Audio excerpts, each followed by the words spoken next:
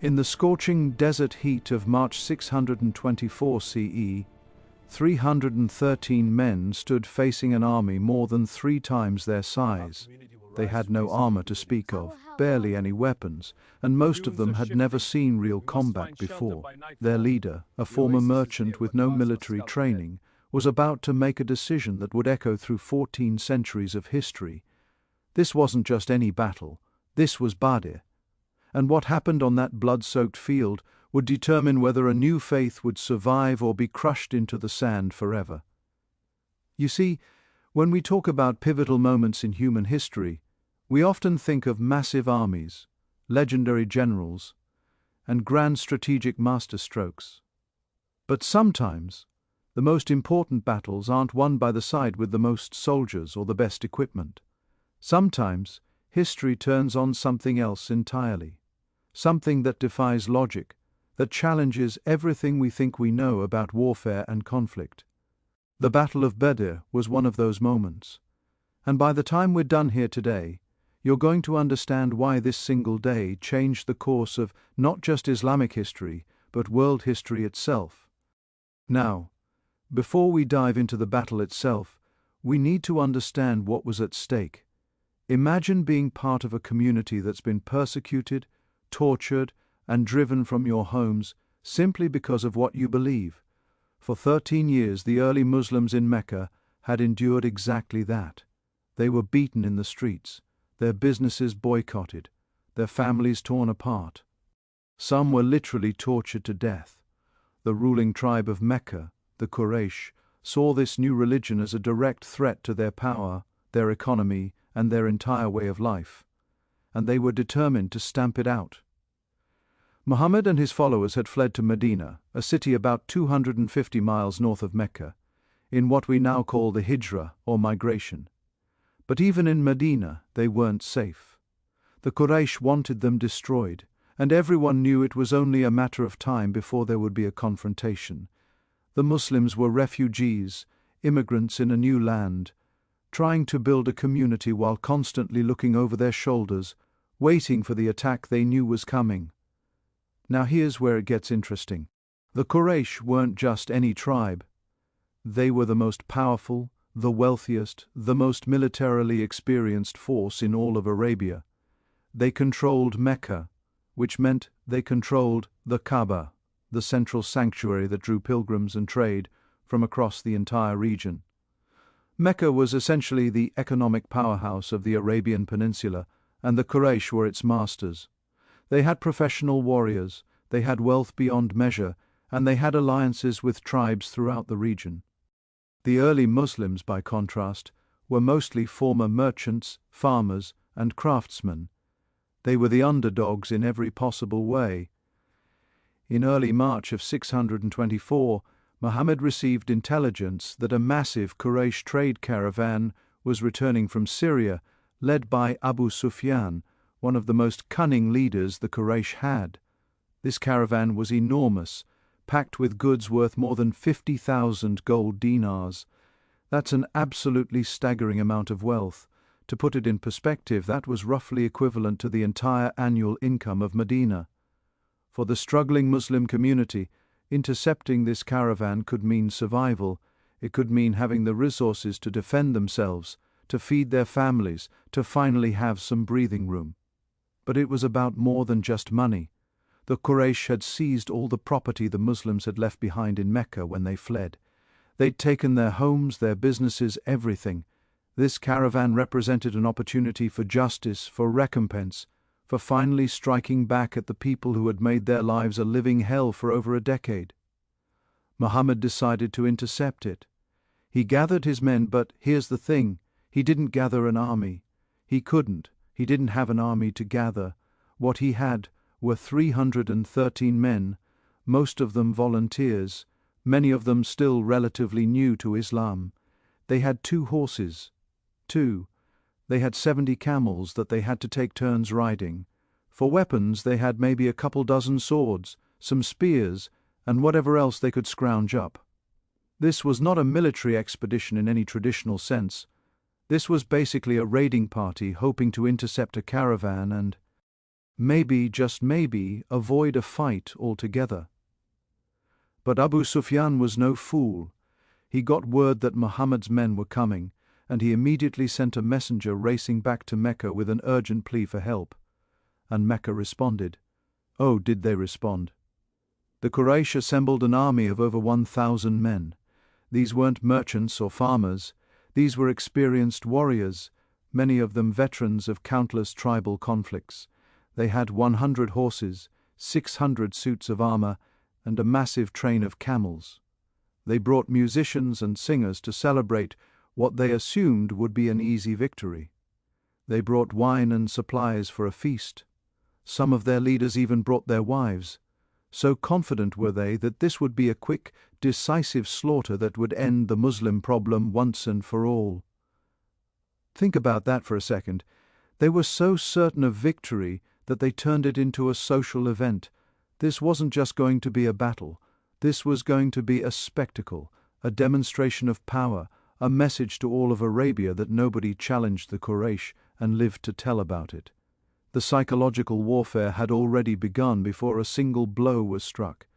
Now Muhammad and his men had set out to intercept a caravan, not to fight an army, when word reached them that Abu Sufyan had already rerouted the caravan and it was safely out of reach, and that a massive Quraysh army was now marching toward them. They faced a choice. They could retreat back to Medina, which would have been the sensible military decision, or they could stand and fight against an army more than 3 times their size. Muhammad gathered his companions and asked for their counsel. This is important because it shows us something about leadership in early Islam. He didn't just issue orders, he consulted. One of his closest companions, Abu Bakr, stood up and pledged his support for whatever decision Muhammad made. Then Umar, another key figure, did the same. But Muhammad kept looking around, waiting. Finally, Sa'd ibn Mu'adh, representing the Ansar, the Muslims of Medina, who had taken the refugees in, stood up and delivered one of the most stirring speeches in Islamic history.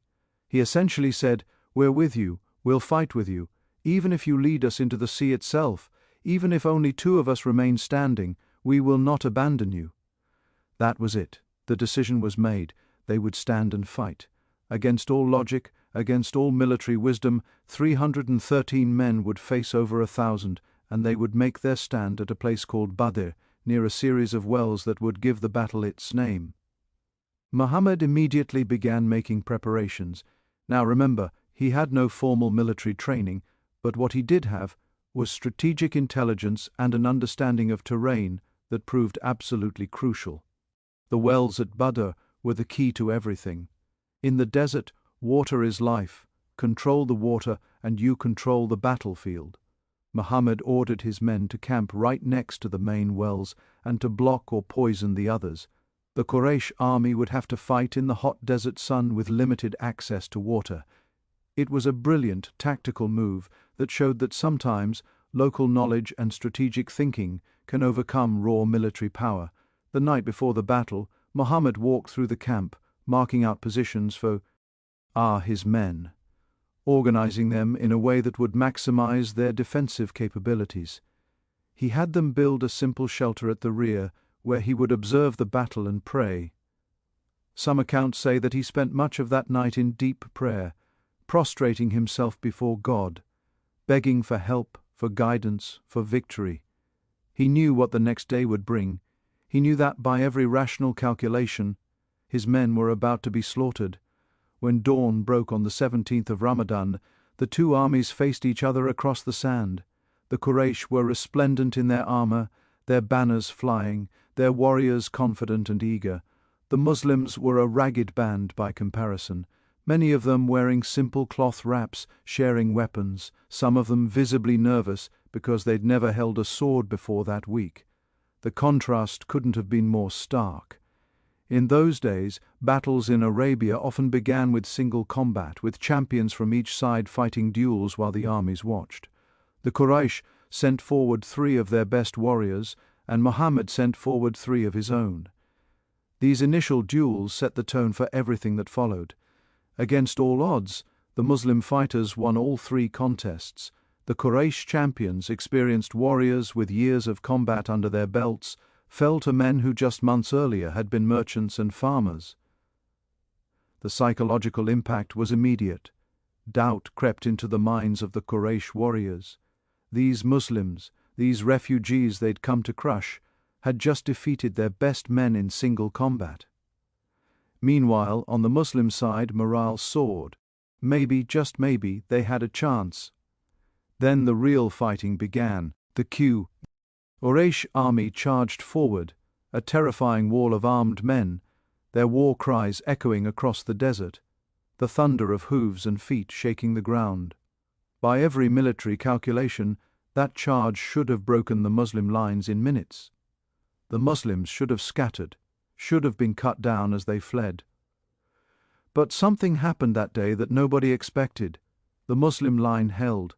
Not only did it hold, but it fought with a ferocity, a determination, an almost supernatural courage that caught the Quraysh completely off guard.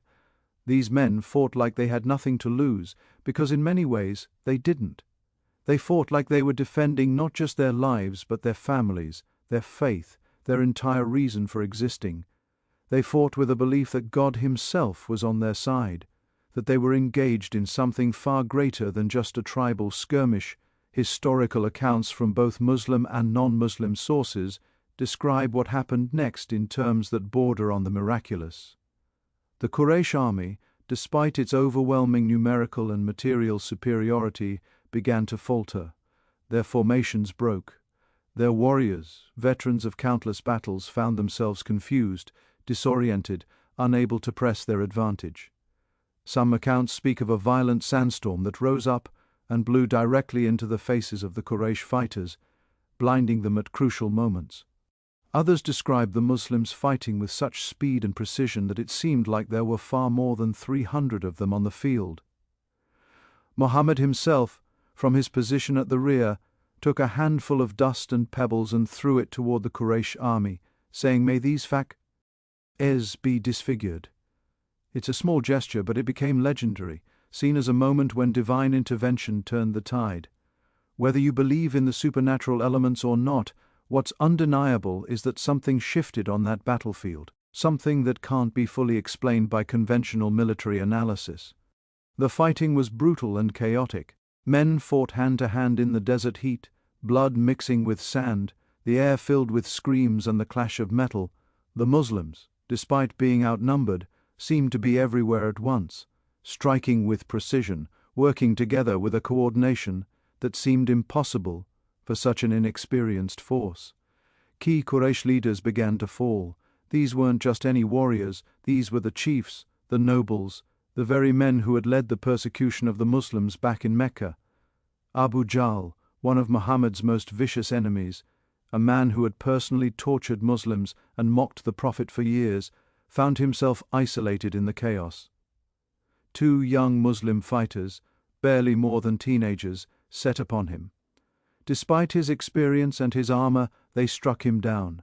When word spread through the Quraysh ranks that Abu Jahl was dead, panic set in. If their greatest warrior could fall, anyone could fall. The Quraysh army began to collapse. What started as isolated retreats turned into a general rout. These proud warriors, who had marched out expecting a celebration, now fled for their lives across the burning sand. The Muslims pursued them, capturing many, killing others, seizing weapons and armor and supplies that they desperately needed. When the dust finally settled and the sun began to dip toward the horizon, the impossible had happened. The Muslims had lost 14 men, 14 out of 313. The Quraysh had lost 70 killed and another 70 captured, including many of their most important leaders. The most powerful military force in Arabia had been decisively defeated by a band of refugees with almost no military experience. By any rational analysis, it shouldn't have been possible, but it happened in the aftermath. As the Muslims gathered their dead for burial and tended to their wounded, there was a sense of profound shock mixed with jubilation. They had survived. More than survived, they had won. But the victory raised immediate questions. What do you do with 70 prisoners when you can barely feed your own people? How do you treat captives taken from among your own tribe, men who might be cousins or former friends or business partners? Muhammad made a series of decisions that would set important precedents. The prisoners were to be treated humanely. They were not to be harmed or abused. Those who could pay ransom would be freed. Those who could teach Muslims to read and write could earn their freedom by educating 10 Muslims each. This was revolutionary for the time. Prisoners of war were usually enslaved or killed, but Muhammad established principles of humane treatment that were far ahead of their era. But beyond the immediate tactical victory, beyond the prisoners and the spoils and the strategic advantage, Badr represented something far more significant. It was validation. For 13 years, Muslims had been told that their faith was false, that Muhammad was a liar or a madman, that they were fools for following him. They'd been beaten, tortured, driven from their homes, mocked and ridiculed. Every setback, every hardship had been used as evidence that they were wrong, that God wasn't with them, that they should just give up and return to the old ways. Badr shattered that narrative. The early Muslims saw this victory as divine confirmation that they were on the right path, that their faith was true, that God had not abandoned them but was fighting alongside them. It transformed Islam from a persecuted minority sect into a force that had to be taken seriously. Tribes across Arabia that had been watching from the sidelines, waiting to see which way the wind would blow, suddenly started reconsidering their positions. Maybe these Muslims weren't crazy. Maybe there was something to this new religion after all. For the Quraysh, Badr was an unmitigated disaster. They'd lost face, they'd lost leaders, they'd lost their aura of invincibility. The economic impact was severe too. Losing 70% of their best warriors and having to pay ransoms for another 70 prisoners was a massive blow. But worse than the material losses was the psychological damage. They had been humiliated by the people they most despised, defeated by men they considered weak and insignificant. The shame was unbearable, and it guaranteed that this conflict was far from over. Badr wasn't the end of the war between Mecca and Medina. In many ways, it was just the beginning. But here's what makes Badr so fascinating from a historical perspective. It's one of those rare moments where we can point to a single event and say, without exaggeration, that it changed the course of world history.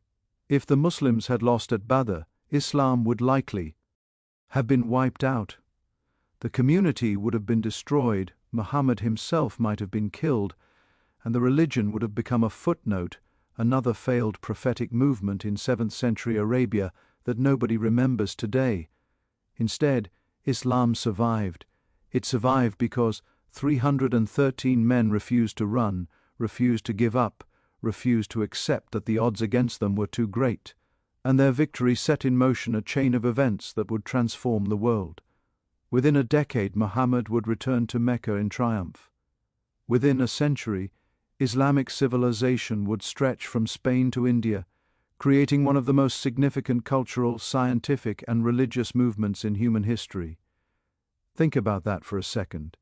Everything that came after, the golden age of Islamic science, the great mosques and universities, the philosophers and poets, the medical advances and mathematical discoveries, the entire global religion practiced by nearly 2 billion people today. All of it traces back to that single day in the desert when 313 men stood their ground against impossible odds. Now there are lessons here that go beyond religious history. Badr teaches us something profound about the nature of conflict, about courage, about the power of belief and conviction. In purely military terms, the Muslims should have lost. They were outnumbered, outgunned, outexperienced. But they had something the Quraysh didn't have. They had a cause they believed in with absolute conviction. They had unity of purpose. They had leadership that inspired rather than commanded. And perhaps most importantly, they had absolutely nothing to lose and everything to gain. The Quraysh, for all their power and resources, were fighting to maintain the status quo, to protect their economic interests, to preserve their pride. The Muslims were fighting for survival, for their families, for their faith, for their very right to exist. When you're fighting for something that fundamental, when defeat means total annihilation, you fight differently. You fight with a desperation and a focus that can overcome tremendous disadvantages. There's also something to be said about leadership in this story. Muhammad wasn't a trained military commander. He didn't have years of experience in warfare.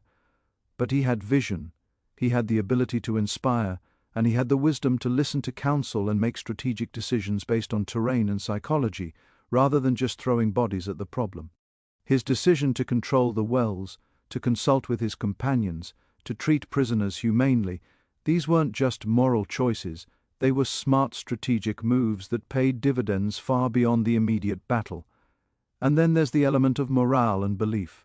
The Muslims at Badr believed, truly believed, that they were fighting for God, that they were on the side of righteousness, that victory was possible because God was with them. Now, you can interpret that belief through a religious lens or a purely psychological one, but either way, the effect was real and measurable. That belief transformed frightened refugees into fierce warriors. It gave them courage when courage seemed impossible. It made them stand when every instinct screamed at them to run. The Quraysh, by contrast, were overconfident. They'd brought musicians and wine. They'd brought their wives to watch the spectacle.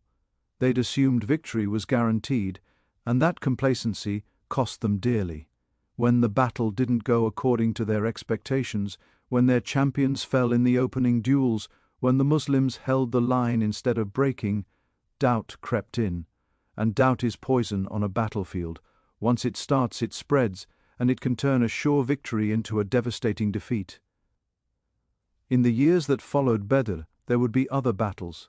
The Quraysh would return seeking revenge at Uhud the following year, and they'd actually win that one, dealing the Muslims a serious setback. A few years later, they'd besiege Medina itself in the Battle of the Trench, bringing a coalition of tribes to try to wipe the Muslims out once and for all.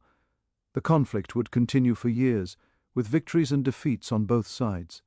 But Badr remained the turning point, the moment when Islam proved it could survive, the moment when the impossible became possible. There's something deeply human about this story that transcends religion and history. It's a story about underdogs, about facing overwhelming odds and refusing to quit. It's about ordinary people thrust into extraordinary circumstances and rising to the occasion. Most of those 313 men weren't heroes before Badr. They were just regular people, tradesmen and farmers and craftsmen, who found themselves in an impossible situation and discovered reserves of courage they didn't know they had. And maybe that's the real lesson here. Maybe the real power of Badr isn't in the divine intervention or the miraculous elements that religious tradition emphasizes. Maybe it's in the very human story of people who were counted out, written off, expected to fail, and who decided that they would fight anyway. Who decided that some things are worth fighting for even when the odds are impossible? Who decided that they would rather die standing than lie kneeling? The Battle of Badr happened over 1400 years ago, but its impact reverberates to this day. It's studied in military academies as an example of how superior morale and strategic positioning can overcome numerical disadvantage. It's commemorated in Islamic tradition as one of the greatest victories in Muslim history. It's analyzed by historians as a crucial turning point in the development of one of the world's major religions, and it stands as a reminder that sometimes, just sometimes, the impossible can happen. When those 313 men woke up on the morning of the 17th of Ramadan in the year 624, they didn't know they were about to change world history. They just knew they had a choice to make. Run or fight, give up or stand firm, accept defeat or reach for victory no matter how unlikely it seemed. They chose to fight. They chose to stand firm. They chose to believe that they could win even when everyone, including probably some of them, thought it was impossible. And they won. Against all odds, against all expectations, against every rational military calculation, they won. And in winning, they didn't just secure their own survival, they secured the survival of an entire faith, an entire civilization, an entire way of life that would go on to shape human history in ways those weary warriors in the desert could never have imagined. That's the power of Badr. Not just in what happened on that blood-soaked field in the Arabian desert, but in what it represents about human potential, about courage, about the power of belief and conviction. It's a reminder that the outcome isn't always determined by who has the most resources or the biggest army. Sometimes the outcome is determined by who wants it more, who believes more deeply, who's willing to sacrifice more. So the next time you're facing impossible odds, the next time everyone is telling you that you can't win, that the deck is too stacked against you, that you should just give up and accept defeat, remember Badr. Remember 313 men facing over 1,000. Remember that they fought anyway. Remember that they won. And remember that sometimes, just sometimes, the impossible is only impossible until someone decides it isn't. The Battle of Badr changed Islam, yes. But more than that, it changed our understanding of what's possible when ordinary people commit themselves completely to something they believe in. And that's a lesson that transcends any single religion or any single moment in history. That's a lesson for all of us, for all time. Because the real victory at Badr wasn't just military, it was human. It was a victory of will.